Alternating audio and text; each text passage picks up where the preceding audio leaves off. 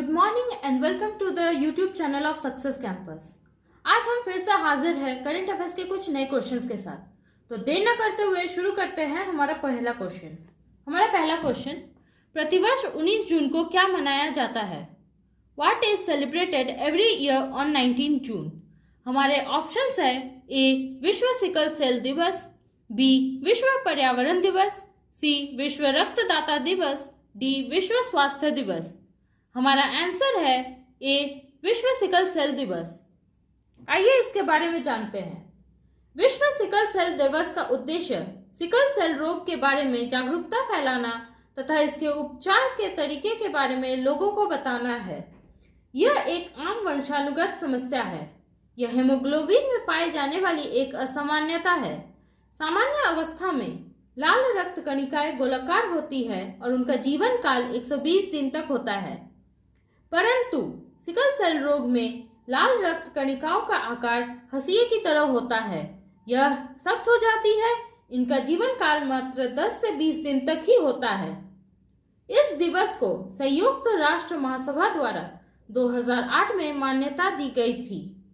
पहली बार 19 जून 2009 को विश्व सिकल सेल दिवस मनाया गया था। हमारा नेक्स्ट क्वेश्चन, विश्व प्रतिस्पर्धात्मकता सूचकांक WCI 2020 में भारत का रैंक क्या है? What is India's rank in the World Competitiveness Index 2020? हमारे ऑप्शंस है A 78, B 54, C 43, D 34 और हमारा आंसर है C 43। आइए इसके बारे में जान लेते हैं। इंस्टीट्यूट ऑफ मैनेजमेंट डेवलपमेंट ने हाल ही में विश्व प्रतिस्पर्धा सूचकांक जारी किया है। भारत ने इस सूचकांक में 43वां स्थान हासिल किया है। 2019 में भारत 43वें स्थान पर था। 2017 में भारत 45वें रैंक तक फिसल गया था। हमारा अगला क्वेश्चन, भारत द्वितीय विश्व युद्ध में जीत की 75वीं वर्षगांठ के अवसर पर किस देश को सैन्य परेड में भाग लेने के लिए 75 सदस्यीय त्रिकोणीय सेवा भेजा गया? India will send 75 member tri-service contingent to participate in the military parade. To which country on the occasion of the 75th anniversary of the victory in the Second World War?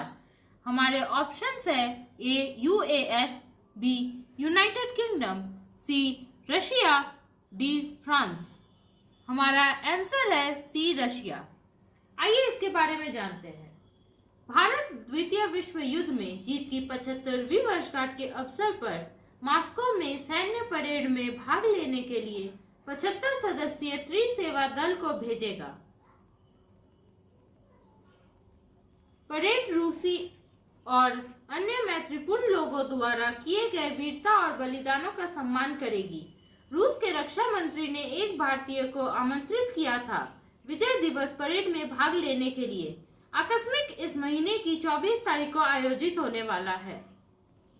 Next question, 2021 से 2022 के कार्यकाल के लिए किस देश को Asia प्रशांत श्रेणी से 2 साल के कार्यकाल के लिए संयुक्त राष्ट्र सुरक्षा परिषद के गैर स्थायी सदस्य के रूप में चुना गया है?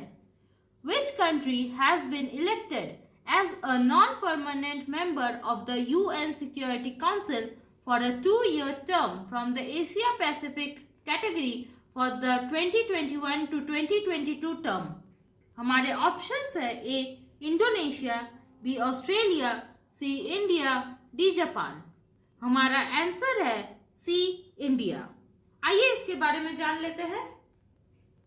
193 सदस्यीय महासभा में 184 वोटों से जीतने के बाद भारत को 2 साल के लिए संयुक्त राष्ट्र सुरक्षा परिषद के गैर स्थायी सदस्य के रूप में चुना गया था। भारत के साथ आयरलैंड, मेक्सिको और नॉर्वे ने भी कल रात आयोजित सुरक्षा परिषद चुनाव जीते। भारत 2021 से 2022 के कार्यकाल के लिए एशिया प्रशांत श्रेणी से गैर स्थायी सीट के लिए एक उम्मीदवार था। भारत का 2 साल का कार्यकाल 1 जनवरी 2021 से शुरू होगा। नेक्स्ट क्वेश्चन, भारत के लिए एशियाई अवसंरचना निवेश बैंक AIIB ने गरीबों और कमजोर घरों पर कोविड-19 के विरोधी प्रभाव के खिलाफ अपनी लड़ाई को मजबूत करने के लिए विधायिका की सक्षम करने के लिए किस राशि की पुष्टि की है? What amount of loan has been confirmed by the Asian Infrastructure Investment Bank AIIB for India to enable the legislature to fortify its fight against the antagonistic effect of COVID-19 on poor and vulnerable households? हमारे options हैं A $350 million, B $450 million, C $250 million, D $750 million. हमारा answer है D $750 million. हमारा अगला question, digital और संज्ञानात्मक उद्यम परिवर्तन में तेजी लाने के लिए किस आईटी कंपनी ने IBM के साथ साझेदारी की है? Which IT company has partnered with IBM to co-develop to accelerate digital and cognitive enterprise transformation? हमारे ऑप्शंस है A Infosys Limited, B Wipro Limited, C TCS, D HCL Limited. हमारा answer है C TCS. आइए इसके बारे में जानते हैं. सूचना प्रौद्योगिकी की दिग्गज कंपनी टाटा कंसल्टेंसी सर्विस, जिसे TCS कहते हैं, लिमिटेड और IBM ने IBM क्लाउड का उपयोग करके IBM सार्वजनिक क्लाउड पर अपने डिजिटल परिवर्तनों को तेज करने में मदद करने के लिए अपनी वैश्विक साझेदारी का विस्तार किया है.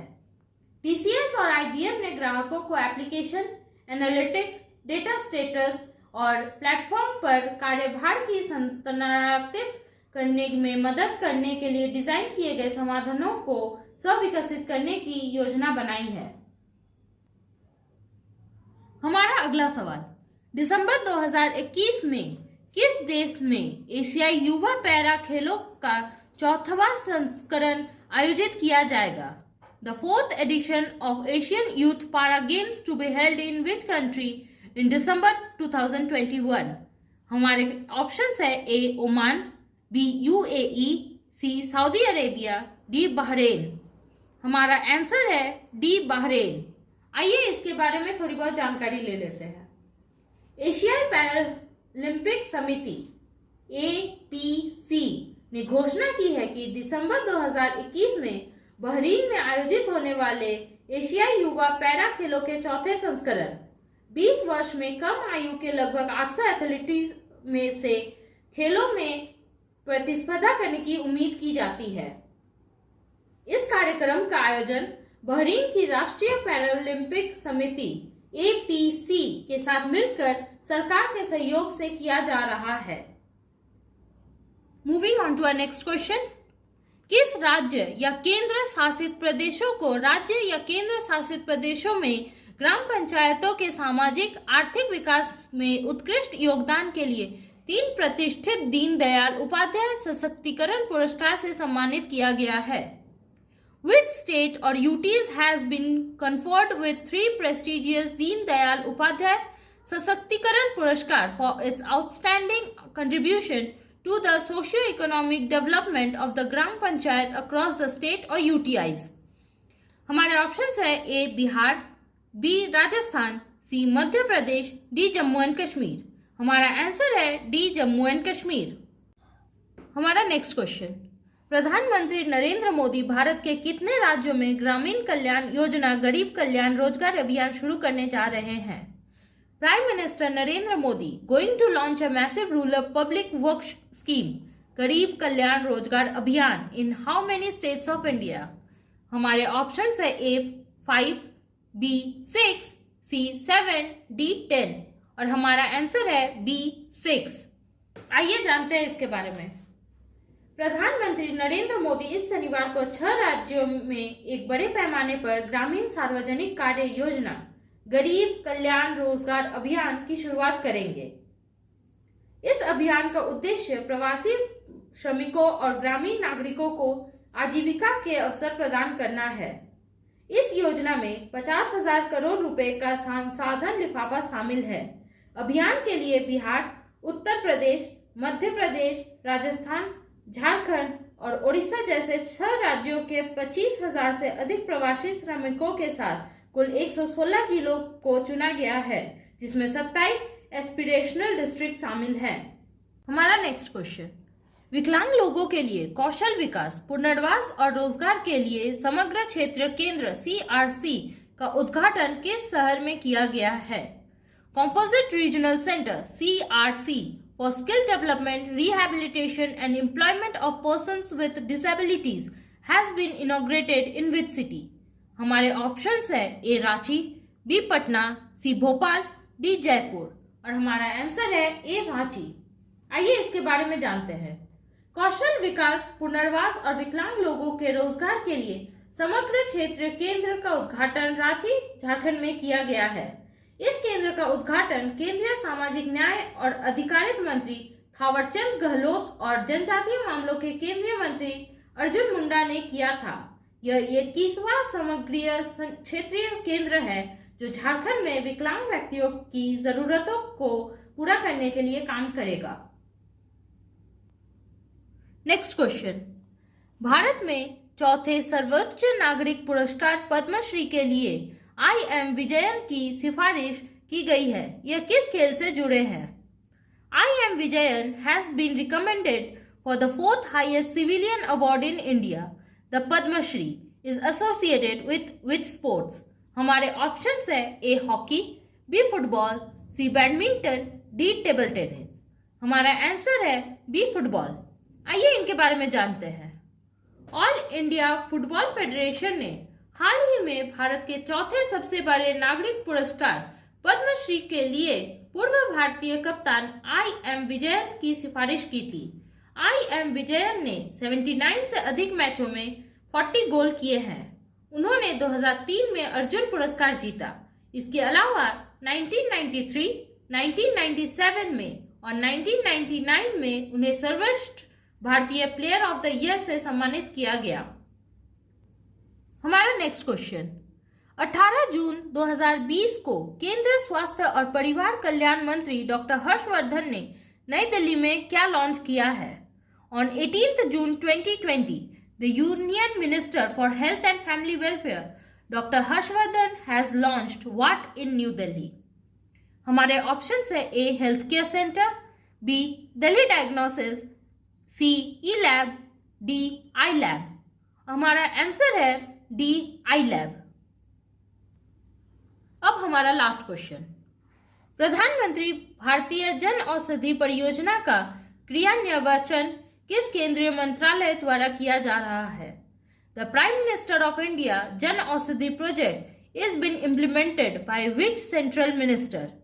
हमारे ऑप्शंस है A रसायन और उर्वरक मंत्रालय प्रधानमंत्री जन औषधि योजना, B रसायन मंत्रालय, C उर्वरक मंत्रालय प्रधानमंत्री योजना, D इनमें से कोई भी नहीं। हमारा आंसर है A रसायन और उर्वरक मंत्रालय प्रधानमंत्री जन औषधि योजना, जिसे PMBJP भी कहते हैं। आइए इसके बारे में जानते हैं। प्रधानमंत्री भारतीय जन औषधि योजना PMBJP रसायन और उर्वरक मंत्रालय की एक पहल है। यह योजना जन औषधि केंद्रों के विशेष आउटलेट्स के माध्यम से उच्च गुणवत्ता वाली दवाओं को सस्ती कीमतों पर उपलब्ध कराने का प्रयास करती है। तो आज के लिए बस इतना ही। आपको करंट अफेयर्स के PDF फाइल्स हमारे वेबसाइट और टेलीग्राम चैनल पर मिल जाएंगे, जिसके लिंक आपको डिस्क्रिप्शन में मिल जाएंगे। कल फिर मिलते हैं कुछ नए सवालों के साथ।